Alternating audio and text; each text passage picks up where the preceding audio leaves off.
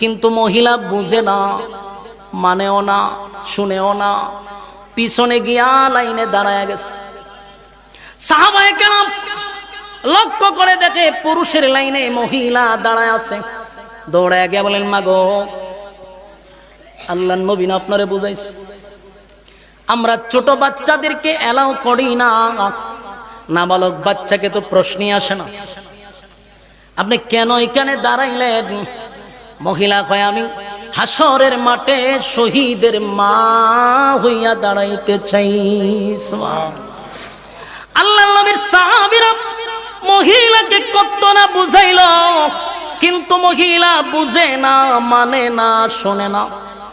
চেঁচামেচির কারণে আল্লাহর পয়গম্বরের কান পর্যন্ত যখন আওয়াজটা পৌঁছে গেল, পয়গম্বর এসে বললেন, সাহাবীরা রে, কিসের জন্য তোমরা এত চেঁচামেচি করতেছিলা? বলে, হুজুর কত না বুঝাইলেন, এই মহিলা তো বুঝে না, মহিলারে বুঝাইলেও মানে না, দেখেন না কতভাবে বুঝাইলাম, কিন্তু মহিলার কথা হলো এই বাচ্চাকে যুদ্ধের ময়দানে পাঠাবে।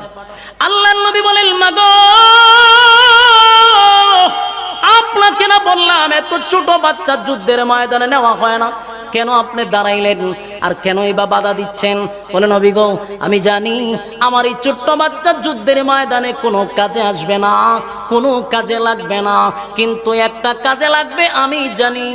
যুদ্ধের ময়দানে আপনি নবী যখন যাবেন সাহাবায়ে কেরামদেরকে নিয়ে, তখন হয়তো আপনার উপরে আক্রমণ চলবে, আপনি নবীকে তীর মারা হবে, আপনি নবীকে তরবারির আঘাত করা হবে গো নবী।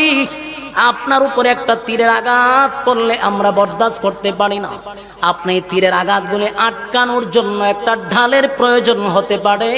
আমার এই ছোট্ট বাচ্চাটারে দুই পা এইভাবে ধরবেন, দুইটা হাত এইভাবে ধরবেন, যখন আপনাকে তীর মারবে ডান দিকে তীর মারলে ডান দিকে বাচ্চাটাকে ধরে রাখবেন, বাম দিকে যখন তীর মারবে বাম দিকে ধরে রাখবেন।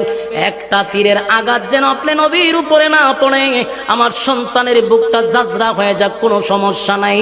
আপনি নবীর শরীরে যদি তীরের আঘাত পড়ে আমি বরদাস্ত করতে পারবো না। একটা জবান বন্ধ রাখবেন না, জুড়ে কোন আল্লাহু আকবার, আর জুড়ে কোন আল্লাহু আকবার। এই ইমানের আওয়াজ দিয়ে বলেন আল্লাহু আকবার। সাহাবায়ে কেরামদের